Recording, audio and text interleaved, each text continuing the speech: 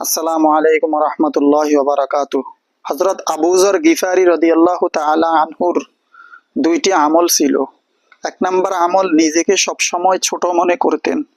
যখন তিনি মুসলমান হন, আল্লাহ সুবহানাহু ওয়া তাআলার হাবিব জনাবে মুহাম্মদুর রাসূলুল্লাহ সাল্লাল্লাহু আলাইহি ওয়াসাল্লামের সোহবত লাভ করেন, তখন তিনি এত ছোট মনে করতেন, তিনি নিজে নিজে ভাবতেন জাহান্নাম মনে হয় আমি আবু যর গিফারি রাদিয়াল্লাহু তাআলা আনহুর জন্য সৃষ্টি করছেন। এক নাম্বার গুণ। দুই নাম্বার গুণ হলো, আবু যর গিফারি রাদিয়াল্লাহু তাআলা আনহু বেশি বেশি করে সূরাতুল ইখলাস তেলাওয়াত করতেন।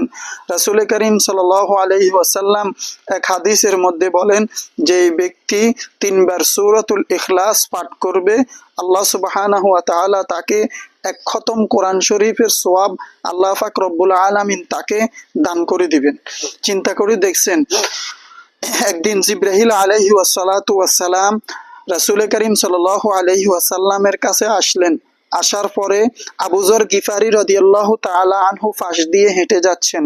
আবু যর গিফারি রাদিয়াল্লাহু তাআলা আনহুকে হযরত জিবরাইল আলাইহি ওয়াসসালাতু ওয়াসসালাম দেখে রাসূল করিম সাল্লাল্লাহু আলাইহি ওয়াসাল্লামকে বললেন, ও আল্লাহর হাবিব, এই ব্যক্তিটা কি আবু যর না? রাসূল করিম সাল্লাল্লাহু আলাইহি ওয়াসাল্লাম বললেন যে, ও জিবরাইল, তুমি আবু যর গিফারিরে কিভাবে চিনো? রাসূল করিম সাল্লাল্লাহু আলাইহি ওয়াসাল্লামের এই কথার জবাবে জিবরাইল আলাইহি ওয়াসসালাতু ওয়াসসালাম বললেন যে, ও আল্লাহর হাবিব, আমি জিবরাইল আপনার আবু যর গিফারিরে কে চিনি এমনটা নয়।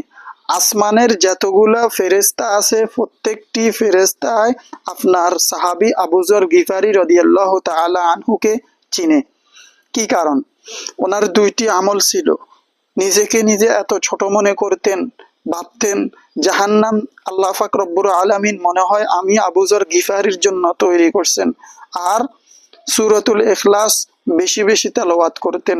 ভাই দোস্ত বুজুর্গ, সূরাতুল ইখলাস বেশি বেশি তেলাওয়াত করতেন।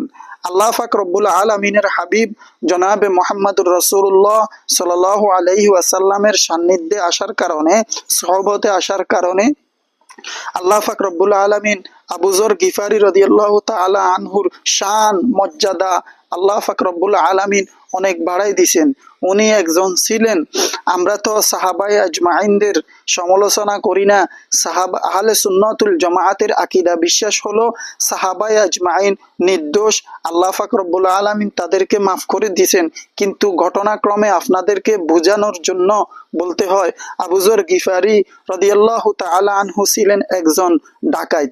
কিন্তু আবু যর গিফারি রাদিয়াল্লাহু তাআলা আনহু রাসূলের সোহবতে আসি যখন মুসলমান হইলেন, আল্লাহ পাক রব্বুল আলামিন তার শান মর্যাদা অনেক বাড়াই দিছে। ভাই দোস্ত বুজুর্গ, এই জন্য বলি, গুনাহ থেকে বিরত থাকার জন্য চেষ্টা করি, ভালো লোকের সোহবতের থাকার জন্য চেষ্টা করি। রাসূল করিম সাল্লাল্লাহু আলাইহি ওয়াসাল্লাম এক হাদিসের মধ্যে বলেন, আল মারউ মাআ মান আহাব্বা ইলাইয়া, যার সাথে যার মহব্বত তার সাথে তার হাসর নসর হবে। আল্লাহ সুবহানাহু ওয়া তাআলা কালামে হাকিমের মধ্যে কিয়ামতের ময়দানে একটি আয়াত পড়বেন, ওয়ামতাজুল ইয়াউমা আইয়ুহাল মুজরিমুন, ও নাফরমান দলেরা তোমরা পৃথক হয়ে যাও। চোর চোরের সাথে দাঁড়াবে, গাঞ্জাখোর গাঞ্জাখোরের সাথে দাঁড়াবে, মৃত্যুক মৃত্যুকের সাথে দাঁড়াবে, বেনামাজি বেনামাজিদের সাথে দাঁড়াবে। তারপরে রাষ্ট্রীয় শাসক যদি জুলুমবাজ হয়, ওই রাষ্ট্রীয় শাসক জুলুমবাজ শাসকের কাতারে দাঁড়াবে। ঠিক তেমনি ভাবে আলেম উলামাতে সোহবতে থাকিয়া যদি কোরআন হাদিস বুঝে নিতে পারেন, আল্লাহ এবং রাসূল করিম সাল্লাল্লাহু আলাইহি ওয়াসাল্লামের মোতাবেক জীবনযাপন করতে পারেন, আল্লাহর হুকুম নবীর তরিকায় জনাবে মুহাম্মদুর রাসূলুল্লাহ সাল্লাল্লাহু আলাইহি ওয়াসাল্লামের তরিকায় যদি জীবনযাপন করতে পারেন, আলেমের সাথে যদি সম্পর্ক রাখেন, কিয়ামতের ময়দানে আলেম ওলামাদের সাথে আপনার আর আমার হাসর হবে। আল্লাহ